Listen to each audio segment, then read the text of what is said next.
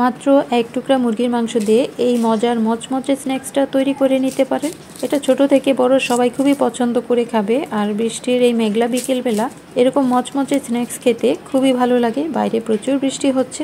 তো হাড় ছাড়া মাংস নিয়ে প্রথমে কেটে নিতে হবে। তো আমি মুরগির সিনার মাংস নিয়েছি, এইভাবে পাতলা করে প্রথমে কেটে নেব। একটা বাটিতে তুলে নিচ্ছি। এবার এই মুরগির মাংসগুলোকে আমি মাখিয়ে নেব। প্রথমে দেব কর্নফ্লাওয়ার, সাথে দেব আদা রসুন বাটা, কাঁচামরিচ কুচি, ধনেপাতা কুচি, পুদিনা পাতা কুচি, যেটা হাতের কাছে দিয়ে নেবেন, লাল মরিচের গুঁড়া, আর দেবো জিরা গুঁড়া বা কাবাব মশলা, যে কোনো একটা মশলা দিয়ে নেবেন। এটা কম মশলায় ঝটপট বানানো যায়। মাংসের পরিমাণ বুঝে স্বাদ অনুযায়ী মশলা অ্যাড করে নিতে হবে। তো সয়া সস দিয়ে দিলাম 1 চা চামচ। বেশি ড্রাই মনে হলে একটু পানি দিয়ে নেবেন অথবা ডিম দিয়ে নিতে পারেন। মচমচে থাকার জন্য আমি এখানে সামান্য বেকিং পাউডারও দিয়ে নিয়েছি। আর কর্নফ্লাওয়ারটা একটু বেশি করে দিলে এটা ভাজার সময় বেশি মুচমুচে হবে আর মাংসটাও পুরোপুরি কভার হয়ে থাকবে। তো যেহেতু পরিমাণ কম তাই আমি সবকিছু পরিমাণ মতো দিয়েছি। তো তেলটা গরম হলে মিডিয়াম তাপে একটা একটা করে এভাবে লম্বা লম্বা করে তেলের মধ্যে বিছিয়ে দিতে হবে।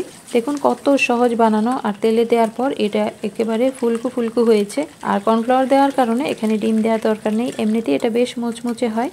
আর যেহেতু আমি এখানে কর্নফ্লাওয়ারও দিয়েছি আবার বেকিং পাউডারও দিয়েছি, এটা ঠান্ডা হয়ে যাওয়ার পরেও মুচমুচে থাকবে। তো তেল থেকে আমি মচমচে করে ভেজে তুলে নিলাম। আর একটা স্পেশাল মশলা দিয়ে এটা মাখিয়ে নেব।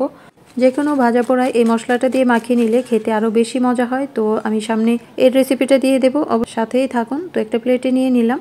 এটা বাচ্চাদের টিফিনে, বিকেলের নাস্তায় কিংবা ঝটপট গেস্ট আসলে তাকেও বানিয়ে দিতে পারেন। বানানো যেমন সহজ, খেতেও অসম্ভব মজা হয়।